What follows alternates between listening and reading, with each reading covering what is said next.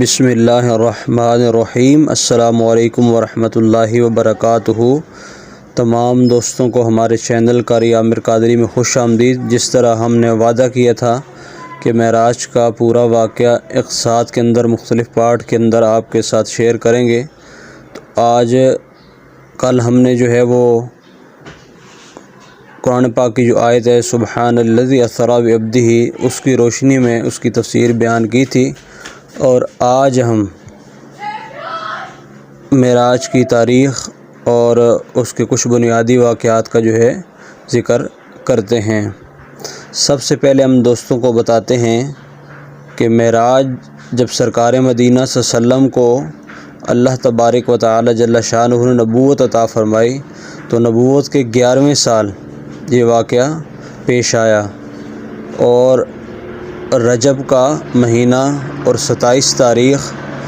اور ٹھنڈی اور پیاری رات، پیارا موسم اور سوار کا دن تھا کہ اللہ تبارک و تعالی جل شانہ نے حضرت جبرائیل علیہ السلام کو بھیجا، اور جب حضور کے پاس بھیجا تو آپ اپنے چچا زاد بہن ام ہانی رضی اللہ تعالی عنہا آپ کے گھر آپ تشریف فرما تھے، یعنی آرام فرما تھے، تو حضرت جبرائیل علیہ السلام نے آسمان کا جو چھت ہے وہ پھاڑتے ہوئے چیرتے ہوئے میرے مصطفیٰ کریم علیہ السلام کے پاس تشریف لے آئے، اور آپ کا اللہ کا پیغام دیا کہ اللہ تبارک و تعالی جل شانہ آپ کو اپنی بارگاہ میں بلاتے ہیں اور آپ کو سفر معراج کرایا جائے گا۔ تو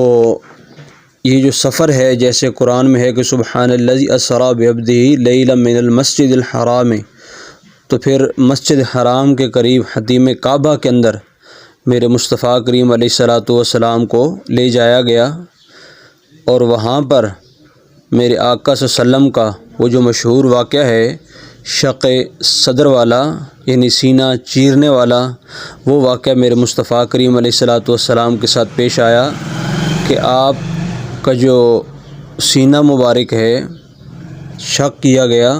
یعنی جو بائیں سائڈ جس سائڈ پہ ہمارا دل ہوتا ہے وہاں سے لے کے نیچے پیٹ تک آپ کا دل جو ہے وہ چیرا گیا، اور چیرنے کے بعد جو ہے ایک تخت لایا گیا نورانی، جس کے اندر نور و حکمت تھی، اور پھر میرے مصطفیٰ کریم علیہ السلام کے دل کو نکال کر اس تش کے اندر رکھا گیا، اور میرے مصطفیٰ کریم علیہ السلام کے دل کو آب زمزم سے دھویا گیا۔ اور یہ بات یہاں پیش نظر رکھی جائے کہ یہ بھی حضور کا ایک معجزہ ہے کہ حضور کچھ گھڑیاں کچھ لمحے بغیر دل کے اس دنیا میں رہے، کیونکہ آج جو بھی ڈاکٹر آپریشن کرتے ہیں وہ دل اس طرح نکال کر سائڈ پہ کسی تھالی میں نہیں رکھ سکتے، یا رکھتے بھی ہیں تو کوئی مشین یا اس طرح کی کوئی چیز لگا کر آکسیجن وغیرہ تو وہ رکھ سکتے ہیں، لیکن حضور کوئی آکسیجن کوئی کچھ بھی نہیں تھا، بس میرے مصطفیٰ کریم علیہ السلام کا دل نکال کر رکھ دیا گیا ایک نورانی تھالی ایک تشت میں، اور اس کے بعد جو ہے میرے مصطفیٰ کریم علیہ السلام کا جو ہے وہ دل کو آب زمزم سے دھویا گیا، اور دوبارہ جو ہے وہ دل جہاں سے نکالا گیا تھا وہاں پہ رکھ دیا گیا، اور آپ کا جو دل مبارک ہے اس کو آب زمزم کے پانی سے دھویا گیا، اور دھونے کے بعد علم و حکمت عطا فرمانے کے بعد جو دل ہے اس کو دوبارہ وہیں رکھ دیا گیا، اور ایک لمحے کے اندر اندر اللہ کی قدرت سے وہ جو سینہ شق ہوا تھا، وہ جو سینہ چرا ہوا تھا وہ جڑ گیا، اور بغیر نشان کے، جس طرح ٹانکے ہم لگواتے ہیں اور وہ نشانات بن جاتے ہیں، تو پھر میرے آقا صلی اللہ علیہ وسلم کے جسم پر ایسا کبھی کچھ نظر نہیں آیا کہ آپ کا سینہ چیرا گیا ہے اور نشان بن گئے ہیں، اور کئی دنوں تک جو ہے نا آپ کو درد رہا ہو، یہ اس طرح کا کچھ بھی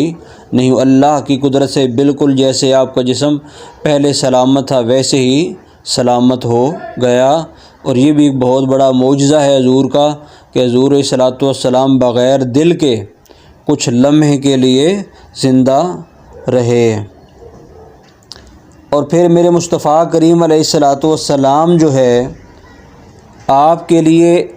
ایک جانور سواری کے لیے پیش کیا گیا جسے براق کہا جاتا ہے، اور اس کا رنگ سفید تھا۔ اور میرے مصطفیٰ کریم علیہ الصلوۃ والسلام کو اس پہ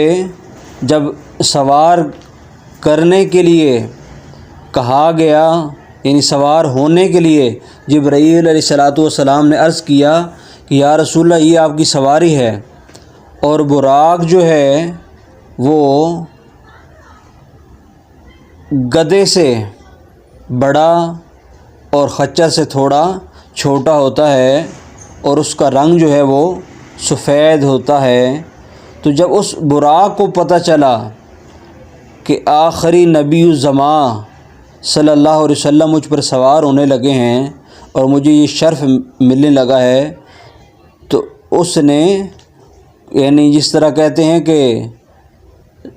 دھمال ڈالنا شروع کر دی، کودنا شروع کر دیا، یعنی خوشی کا اظہار کرنا شروع کر دیا۔ اب جبرائیل علیہ السلام آگے بڑھے اور آگے بڑھ کر ان کی کمر کے اوپر یعنی جو گردن کے اوپر بال ہوتے ہیں ان پر ہاتھ پھیرا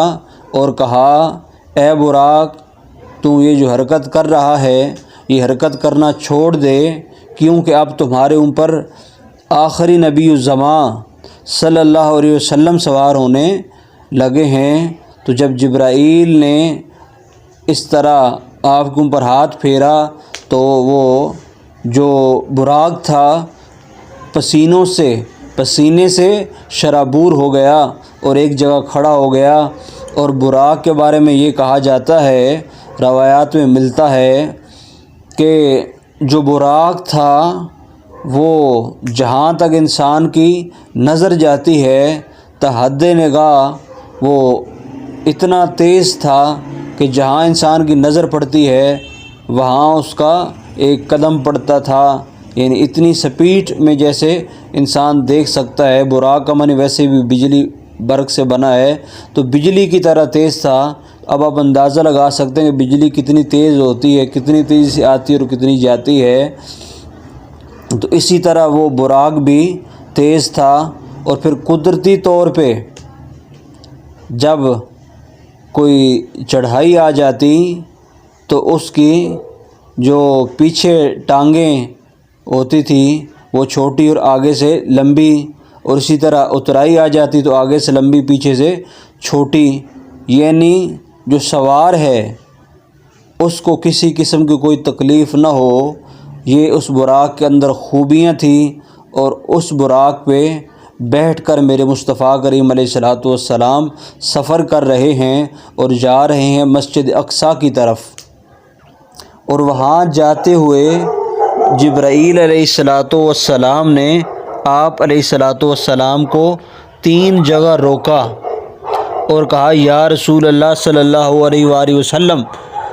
یہاں پر نماز ادا فرمائیے۔ تو میرے مصطفیٰ کریم علیہ الصلوۃ والسلام کو ایک جگہ روکا اور فرمایا یا رسول اللہ صلی اللہ علیہ وسلم یہاں پر نماز ادا کریں۔ تو ہمارے آقا صلی اللہ علیہ وسلم نے وہاں پہ نماز ادا فرمائی، اور نماز جب ادا فرما لی 2 نفل تو پھر جبرائیل علیہ السلام نے عرض کی یا رسول اللہ صلی اللہ علیہ وسلم یہ تو بتائیے یہ کون سی جگہ ہے جہاں پر آپ نے یہ نماز ادا فرمائی ہے؟ تو میرے مصطفیٰ کریم علیہ الصلوۃ والسلام نے فرمایا یہ مدینہ طیبہ ہے، کیونکہ بیت المقدس جاتے ہوئے مدینہ طیبہ راستے میں آتا ہے، اس لیے میرے مصطفیٰ کریم علیہ الصلوۃ والسلام نے فرمایا بتایا جبرائیل علیہ السلام کو کہ یہ مدینہ طیبہ ہے جہاں پر آپ نے جو ہے وہ نماز ادا فرمائی ہے۔ اور پھر اسی طرح براق آگے پوچھا جبرائیل نے کہ آپ نے تو حضور نے خود بتایا، پھر ایسے ہی میرے مصطفیٰ کریم علیہ السلام براق پر سوار ہوئے تو ایک اور جگہ چٹیل پہاڑ جو ہے وہ آیا اور حضرت جبرائیل علیہ السلام فرمایا کہ یہاں رکیے اور 2 نفل ادا کیجئے۔ جب میرے مصطفیٰ کریم علیہ السلام نے وہ نفل پڑھ لیے تو پھر جبرائیل علیہ السلام نے عرض کی یا رسول اللہ آپ جانتے ہیں کہ یہ کون سی جگہ ہے؟ تو حضور نے فرمایا یہ طور سینہ ہے، جہاں پر حضرت موسیٰ علیہ السلام اللہ سے ہم کلام ہوئے تھے۔ یہ وہی جگہ ہے جہاں پہ اللہ اور موسیٰ علیہ السلام کے درمیان گفتگو ہوئی تھی۔ اور پھر سفر جو ہے آگے کی طرف جاری ہو گیا تو میرے مصطفیٰ کریم علیہ السلام نے پھر جبرائیل علیہ السلام نے ایک جگہ کہا یا رسول اللہ یہاں رکیے اور 2 نفل پڑھیے۔ تو میرے مصطفیٰ کریم علیہ السلام پھر رکے اور رکنے کے بعد پھر جو ہے وہ 2 رکعت نماز نفل پڑھی۔ تو جبرائیل علیہ السلام نے پھر نفل پڑھنے کے بعد جب حضور علیہ السلام نفل پڑھ لیے تو پھر عرض کی یا رسول اللہ پیارے کملی والے آقا یہ تو بتائیے یہ کون سی جگہ ہے جہاں آپ نے نفل پڑھے ہیں؟ تو میرے مصطفیٰ کریم علیہ السلام نے حضور کے غلاموں جواب دیا کہ یہ بیت اللحم ہے، جس جگہ پر حضرت عیسیٰ علیہ السلام کی پیدائش ہوئی تھی، ولادت ہوئی تھی۔ ابھی تک حضور علیہ السلام نہ مدینے آئے تھے، نہ طور سینہ دیکھا تھا، نہ بیت اللحم دیکھا تھا، لیکن اللہ نے جو آپ کو علم غیب عطا فرمایا تھا اس کے وجہ سے اللہ کے حبیب علیہ السلام دنیا کے کونے کونے کو اور چپے چپے کو جانتے تھے۔ تو یہ 3 ایسے مقامات تھے جہاں پر سفر کے دوران میرے مصطفیٰ کریم علیہ السلام نے نفل پڑھے۔ آج ہم نے اپنے سبق میں حضور صلی اللہ علیہ وسلم کا سفر کہاں سے شروع ہوا اور کیسے براق پہ سوار ہوئے، اور دوسرا آپ کا سینہ شق کیسے ہوا، اور آخر پہ ہم نے حضور صلی اللہ علیہ وسلم راستے پہ کہاں کہاں رک کے نماز پڑھی اس کا ذکر کیا ہے۔ انشاءاللہ اس سے آگے کل دوبارہ جو ہے شروع کریں گے اور ایک نئی ویڈیو کے ساتھ آپ کی خدمت میں حاضر ہوں گے۔ امید ہے ہمارے تمام سننے والے ہماری اس ویڈیو کو لائک کریں گے، اپنے دوستوں سے شیئر کریں گے، اور اگر ہماری ویڈیو پہلی دفعہ دیکھ رہے ہیں تو ہمارے چینل کو سبسکرائب کر کے اس چینل کا حصہ بن جائیں گے۔ ایک نئی ویڈیو کے ساتھ آپ کے ساتھ جلد ملاقات ہوگی، تب تک کے لیے تمام سننے والوں کو اللہ حافظ۔